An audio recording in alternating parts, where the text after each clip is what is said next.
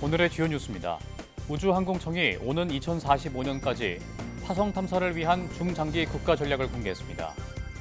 누리호와 차세대 발사체를 활용해 화성 궤도 진입 능력을 확보하고 이후 착륙과 무인 탐사를 거쳐 2040년대에는 유인 화성 탐사 프로젝트에 참여한다는 계획입니다.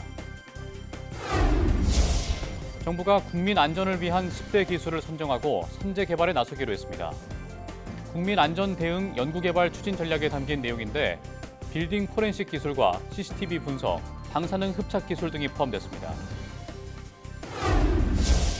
국내 연구팀이 손글씨로 쓴 수학풀이 과정을 채점하고 첨삭해주는 인공지능 모델을 개발했습니다. 이중학습 기법을 AI 모델에 결합해 정답 유무뿐 아니라 풀이 과정에서 어느 부분이 왜 틀렸는지까지 설명하도록 했습니다.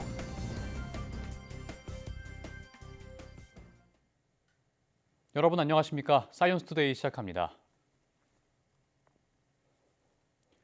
정부가 오는 2045년까지 우리 기술로 화성 궤도 진입과 착륙, 유인 탐사 역량을 키우는 화성 탐사 전략을 공개했습니다. 누리호 발사 성공으로 우주 독자 발사 능력을 입증한 우리나라가 달을 넘어 화성으로 향할 수 있을지 기대됩니다. 임능솔 기자가 보도합니다. 우주항공청이 2045년까지 20년에 걸친 중장기 화성 탐사 로드맵을 공개했습니다. 이번 전략은 한 번에 화성에 도전하는 방식이 아니라 우리 기술로 궤도 진입부터 착륙, 탐사까지 단계적으로 기술을 축적해 나가는 방식입니다. 먼저 누리호와 차세대 발사체를 활용해 화성 궤도에 탐사선을 올리는 계획이 추진됩니다. 또 화성 자원을 탐사하고 활용하는 기술을 개발하고 에너지 공급 체계를 바탕으로 유인 탐사와 거주 기반을 구축하는 기술도 단계적으로 추진하게 됩니다. 우리 기술로 이 화성에 가겠다 하는데 지금 우리 그간의 성과를 보면 지난 11월 말에 민간 주도의 민간과 협력한 어떻게 보면 첫 번째 민간 주도의 우주 수송 능력이 좀 확보가 좀 됐다라고 저희도 좀 얘기를 할 수 있습니다. 다만 기술과 예산, 인력 측면에서 선도국과의 격차가 여전히 큰 만큼 국제 협력이 중요합니다. 이에 국제 탐사 프로젝트에 적극 참여해 국내 기술을 조기에 실증하고 글로벌 임무에 기여한다는 계획입니다. 이를 통해 2030년대 중반까지 화성 궤도선을 확보하고 2045년 전후로 착륙과 무인 탐사를 마치는 게 목표입니다. 우리가 45년의 자체적인 수송 능력과 착륙 기술들을 개발하는 것과 더불어서 화성 지표에서의 경제 활동을 위해서는 먼저 선제적으로 국제 협력을 통해서 관련된 기술들을 검증하는 것이 굉장히 중요하다고 말씀드리겠습니다. 우주 패권 경쟁의 중심으로 급부상하고 있는 화성. 정부는 이번 전략을 바탕으로 글로벌 5대 우주 강국 도약을 목표로 하고 있습니다. YTN 사이언스 임늘솔입니다. 민간 우주 발사체 기업 이노스페이스의 첫 상업 발사 일정이 오는 20일 새벽으로 변경됐습니다. 이노스페이스는 국내 첫 민간 우주 발사체 한빈 나노 발사를 위한 막바지 점검 중 1단 산화제 공급계 냉각 장치에 이상이 감지돼 부품 교체를 위한 시간 확보를 위해 발사일을 연기한다고 밝혔습니다. 이에 따라 한빈 나노는 우리 시간으로 20일 새벽 3시 45분 브라질 알칸타라 우주센터에서 발사됩니다. 정부가 국민 안전을 위한 10대 기술을 선정하고 선제 개발에 나서기로 했습니다. 과학기술정보통신부는 국민 안전 긴급 대응 챌린지를 열고 빌딩 포렌식 기술과 CCTV 분석, 방사능 흡착 등 10개 기술을 포함한 국민 안전 대응 연구개발 추진 전략을 발표했습니다. 추진 전략에는 10대 기술 외에도 산발적 사업 통합, 국민 참여 R&D 플랫폼 도입, 전문 조직 신설 등의 내용이 담겼습니다. 국내 연구팀이 손글씨로 쓴 수학풀이 과정을 채점하고 첨삭해주는 인공지능 모델을 개발했습니다.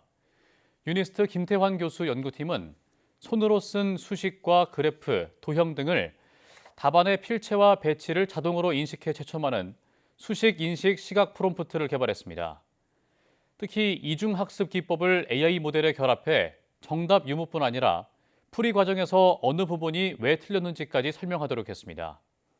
연구팀은 이 기술이 복잡하게 나열된 정보를 자동으로 구조화할 수 있어 설계 도면을 분석하고 수기 기록물을 디지털화하는 데도 적용할 수 있을 것으로 기대했습니다. 윤석열 정부가 도입한 AI 디지털 교과서 활용률이 평균 8%에 그쳤다는 감사 결과가 나왔습니다. 감사원은 교육 현장 의견 수렴이나 시범 운영 없이 무리하게 사업을 추진했기 때문이라고 지적했습니다. 나혜인 기자입니다.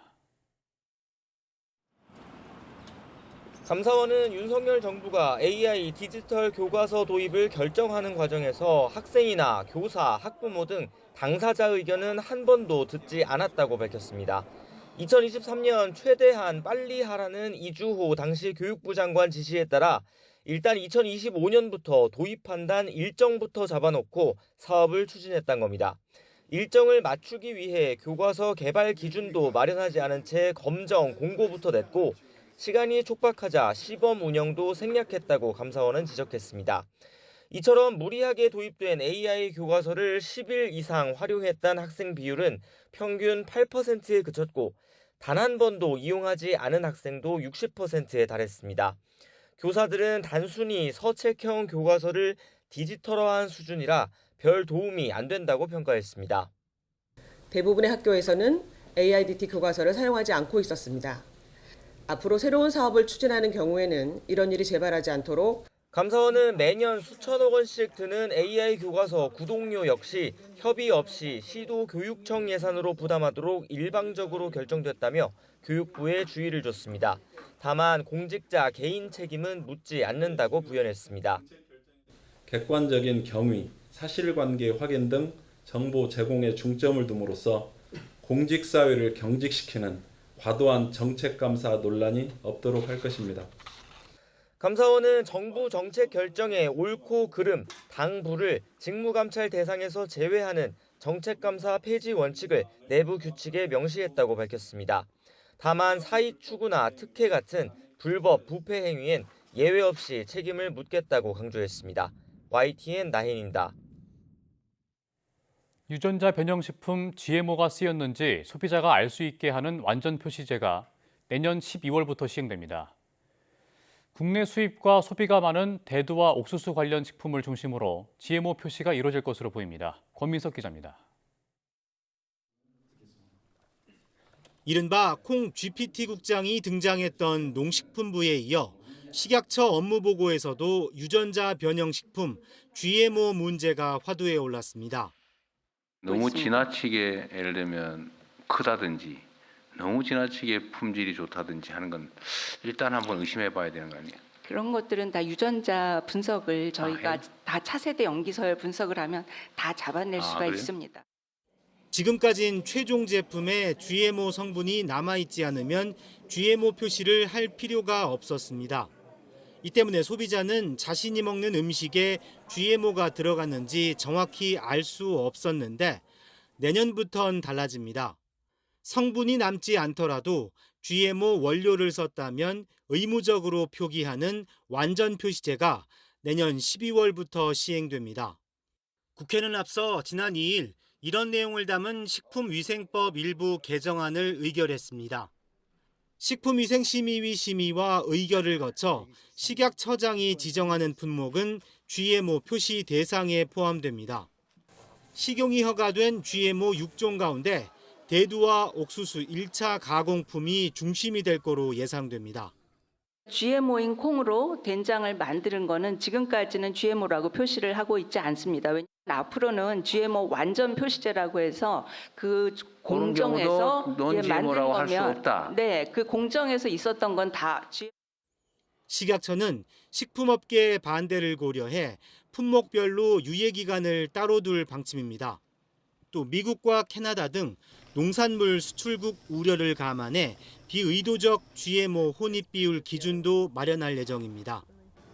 YTN 권민석입니다. 과학기술정보통신부와 한국통신사업자연합회가 스팸 문자를 발송하는 번호를 검증하고 차단하는 시스템을 운영합니다. 과기정통부는 불법 문자를 대량으로 보내는 전화번호 대부분이 이미 해지 또는 정지된 번호로 바꾼 무효 번호로 보고 유효성 검증 시스템을 마련했다고 설명했습니다. 통신업계는 대량 문자 발송에 쓰인 계정이 무효 번호와 연계된 건지 1억 8천만 개 번호를 수시 확인해 이상 번호일 경우 발송을 차단할 방침입니다. 과기정통부는 또 스팸 근절을 위해 국제 문자 사업자도 국내 문자 사업자와 똑같은 법적 기술적 의무 사항을 준수하도록 관련 기준을 지난 10월에 마련했습니다. 개인정보 유출 사고가 발생한 기업에 매출의 최대 10%를 과징금으로 부과할 수 있도록 하는 이른바 쿠팡법이 소관상임위원회를 통과했습니다.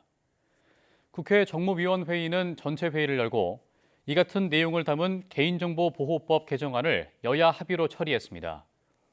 3,370만 명의 고객 개인정보가 무단으로 유출된 쿠팡 사태를 계기로 마련된 개정안은 반복적이거나 중대한 개인정보 침해를 유발한 기업에 대한 과징금 상한 액수를 기존 매출액 3%에서 10%로 확대하는 것이 핵심입니다. 적용 대상은 고의 또는 중과실로 3년 안에 반복적으로 개인정보 침해 사고가 발생하거나 1,000만 명 이상의 대규모 피해가 발생한 경우 등으로 구체화했습니다.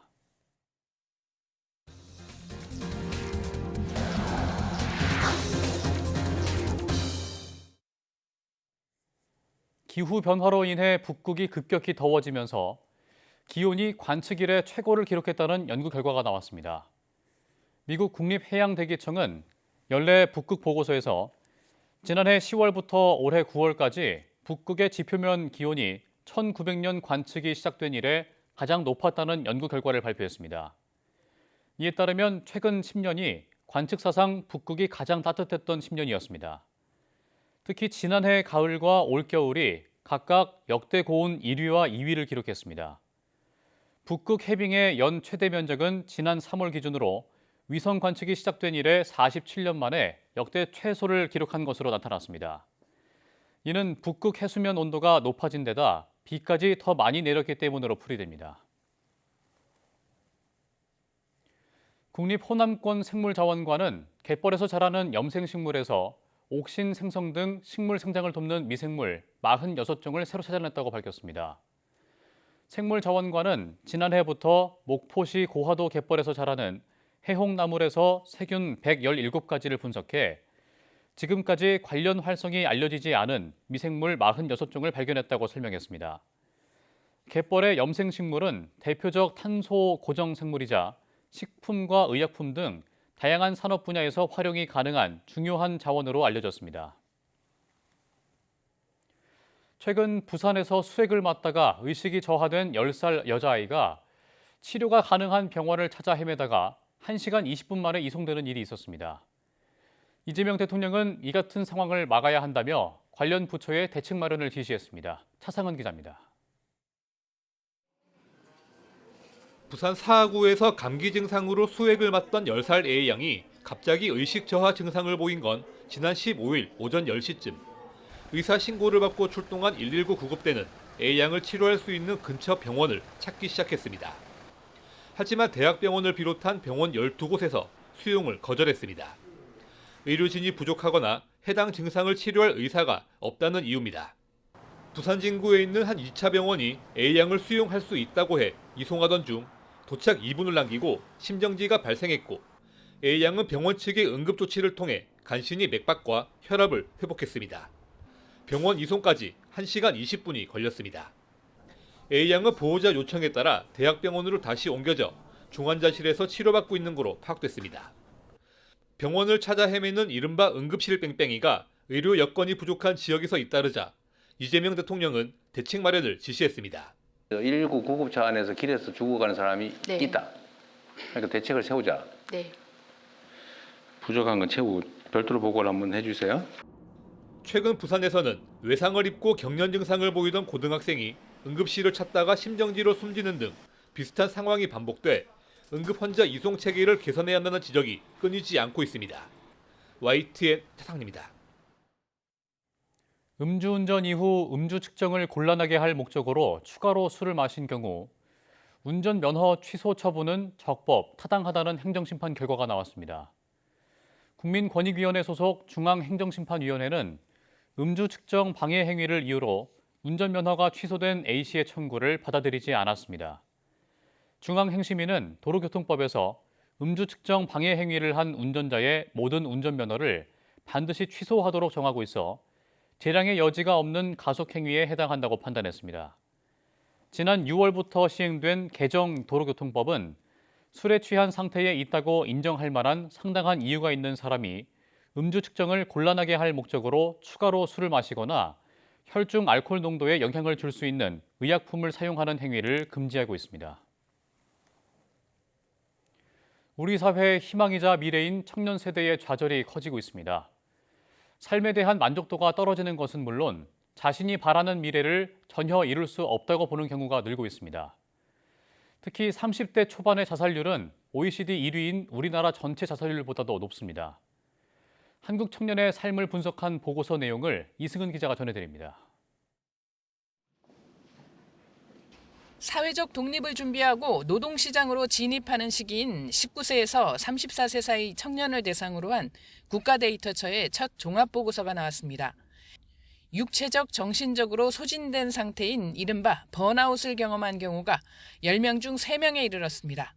남자보다 여자가, 비수도권 거주자가 수도권보다 경험률이 높았습니다. 기본적으로 10대 때부터 개인의 관심사를 좀 탐색할 수 있는 기회도 적었고, 그리고 사회로 진출하자마자 좀 바로 또 압박이 심한 분위기에서 또 살아남아야 하는, SNS를 통해서 이제 자신과 타인과의 비교가 좀 심한 것 같아가지고 그게 조금 핵심이라고 생각하고, 약간 뭐 자기 본인만의 페이스로 가져가는 게 아니라 직장이 있어도 일자리에 만족하는 경우가 36%에 그쳤습니다. 계층 이동의 희망도 크지 않습니다. 본인 노력으로 사회 경제적 지위를 높일 수 있다고 믿는 경우는 27.7%에 불과했습니다. 특히 자신이 바라는 미래를 전혀 실현할 수 없다고 응답한 경우가 더 늘었습니다. 특히 30대 초반은 10명 중 1명에 이르렀습니다. 코로나19 사태를 거치며 대인 신뢰도도 급격히 떨어졌습니다. 일반적으로 사람을 믿을 수 있다고 답한 경우가 청년층에서 가장 많이 줄었습니다. 결국 우리나라 청년들의 삶에 대한 만족도는 경제협력개발기구 OECD 38개국 가운데 31위에 불과했습니다. 발전을 하려면은 경쟁 시스템은 필요는 하지만 지금 이렇게 발전한 단계에서도 그게 이렇게까지 필요할까 하는 의문은 조금 있습니다. 특히 자살률은 심각합니다. 지난해 청년 자살률은 10만 명당 24.4명으로 13년 만에 가장 높았습니다. 특히 남자의 경우 29.5명으로 OECD 1위인 한국 전체 평균 29.1명을 넘어섰습니다. 혼자 사는 청년은 25.8%로 지난 2000년보다 비중이 4배 늘었습니다. 30살에서 34살 사이 미혼율은 남성이 74.7%, 여성이 58%로 결혼 정년기라는 말이 무색하게 됐습니다. YTN 이승은입니다. 지난 3년 동안 고용노동부와 법무부 등 5개 부처 퇴직 공직자 10명 가운데 9명이 재취업 승인을 받은 것으로 나타났습니다. 정부 부처 감독을 받은 곳에 이직하거나 취업 심사 승인 사유가 추상적인 사례들도 있었는데 이른바 관피아 방지 체계 개선이 필요하다는 지적입니다. 윤태인 기자입니다. 고용노동부에서 6급 공무원으로 근무하다가 지난 5월 퇴직한 A씨는 쿠팡 CLS에 취업하기 위해 정부공직자윤리위원회의 재취업 심사를 받았습니다. 공직자윤리위는 밀접한 업무 관련성이 없다며 A씨에 대해 취업 가능 결정을 내렸습니다. 그런데 배송기사 사망사고 등으로 노동부가 쿠팡 CLS에 대해 특별 근로감독을 실시한 상황에서 A씨가 해온 업무와 앞으로 맡을 업무 등 공직자윤리위의 판단 근거가 투명하게 공개되지 않은 건 문제라는 지적이 나왔습니다. 회의록이라든지 어떻게 심사했는지 구체적인 내용이 전혀 공개되지 않고 있다는 겁니다. 과거에는 이제 이사혁신처에서 사회적 논란이 되니까 이를 공개하겠다라고도 했는데 여전히 약속을 안 지키고 있습니다. 지난 2022년 7월부터 3년 동안 5개 정부 부처 퇴직 공직자를 대상으로 진행된 취업 심사는 모두 180건. 이 가운데 A씨처럼 업무 관련성이 없다는 판단에 따라 취업 가능 결정이 나거나 업무 관련성이 있더라도 특별한 승인 사유가 있다고 판단해 예외적으로 취업 승인 판정을 받은 경우가 89.4%로 나타났습니다. 취업 승인의 근거 사유로는 전문성이 증명되는 경우로서 취업 후 영향력 행사 가능성이 적은 경우가 53건으로 가장 많았고 업무 성격을 고려할 때 취업 후 영향력 행사 가능성이 적은 경우가 24건으로 뒤를 이었습니다. 경제정의실천시민연합은 이 같은 예외 사유가 입증이 어렵고 추상적이라고 지적합니다. 이 같은 취업 심사 제도의 빈틈은 결국 관피아 문제로 이어질 수 있다며 취업 승인 예외 사유를 구체화하는 등 제도 보완이 필요하다고 강조했습니다. 어떤 항목에서는 충분하게 이해 충돌이 없고 문제가 없다. 어떤 항목에서는 문제가 있기 때문에 이거는 안 된다라고 하는 구체적인 내용이 사유가 적시가 되어야 된다라고 하는 거죠. 경실련은 퇴직 후 취업 제한 기간을 확대하고 신생기간 재취업 금지를 명문화할 것도 정부에 요구했습니다. YTN 윤태인입니다. 인천시가 준공영제로 운영 중인 시내버스를 오는 2033년까지 모두 친환경 차량으로 교체하기로 했습니다. 인천시는 재정 효율성을 높이고 정부의 탄소 중립 정책에 부응하는 차원에서 압축 천연가스를 연료로 쓰는 버스를 전기와 수소 등 친환경 차량으로 전면 교체하기로 했습니다. 또 공용 차고지 내 전기 수소 충전 시설도 차량 교체 일정에 맞춰 단계적으로 확충하기로 했습니다. 전라북도에서 최근 10년간 화목 보일러 화재로 11명이 다친 것으로 집계됐습니다. 전북자치도 소방본부가 발표한 2015년에서 2024년 화재 통계를 보면 이 기간 화목 보일러 화재는 311건 발생했습니다. 이 화재로 인한 사망자는 없었지만 11명이 다치고 19억 4,600여만 원의 재산 피해가 났습니다. 화재 원인으로는 부주의가 81%에 달했는데 이 중에서도 가연물을 근접 방치한 경우가 89건으로 가장 많았고 불씨, 불꽃 등 화원을 방치한 경우는 81건이었습니다. 충남 태안화력발전소 폭발 사고를 수사하고 있는 경찰이 지난달 해당 설비에서 가스 누출로 임시 조치가 이루어졌다는 진술을 확보했습니다. 노동계는 땜질식 대응으로 산업재해가 반복되고 있다며 제대로 된 안전대책 마련이 필요하다고 지적했습니다. 오승훈 기자가 보도합니다. 하청 노동자 2명이 크게 다친 충남 태안화력발전소 폭발 사고. 한 달 전 사고 지점에서 가스 누출이 있었다는 진술을 경찰이 확보한 것으로 확인됐습니다. 배관에 생긴 틈으로 가스가 새 긴급 보수 작업이 진행됐다는 내용입니다. 11월 달에 가스가 빠졌던 자리가 그 자리라고 얘기를 하더라고요. 임시방편으로 조치했다고 했잖아요. 그 조치를 어떻게 했는지 그런 거하고 확인해야겠죠. 해당 설비는 지난 2023년 1월에도 가스 폭발로 불이 났습니다. 당시 인명피해가 없다 보니 특별 근로감독이 진행되지 않았고 설비는 수리를 마친 뒤 재가동됐습니다. 폭발로 인한 화재 위험성은 지난 6월 고 김충현 씨 사망사고 이후 진행된 근로감독에서도 드러났습니다. 내화 구조가 아닌 일반 배관을 사용하는 등 17건의 중대 위반 사항이 적발됐습니다. 노동계에서는 땜질식 처방이 사고로 이어진 건 아닌지 의문이 든다며 제대로 된 조사가 이루어져야 한다고 촉구했습니다. 해당 설비에서 폭발 사고가 두 번째 발생하는 것이고 결국은 이런 것들에 대해서 안전 점검이라든지 대책들이 마련돼야 되는데 한국서부발전은 사고 지점에서 가스 누출이 있었는지는 확인해 줄 수 없지만 정확한 원인이 파악되면 재발 방지를 위해 최선을 다하겠다고 밝혔습니다.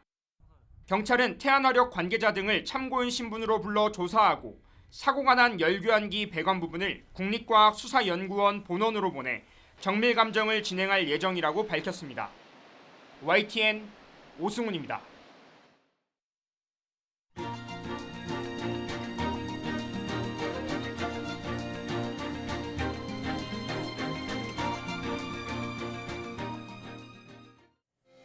이상으로 사이언스 투데이 마칩니다. 함께해 주신 여러분 고맙습니다.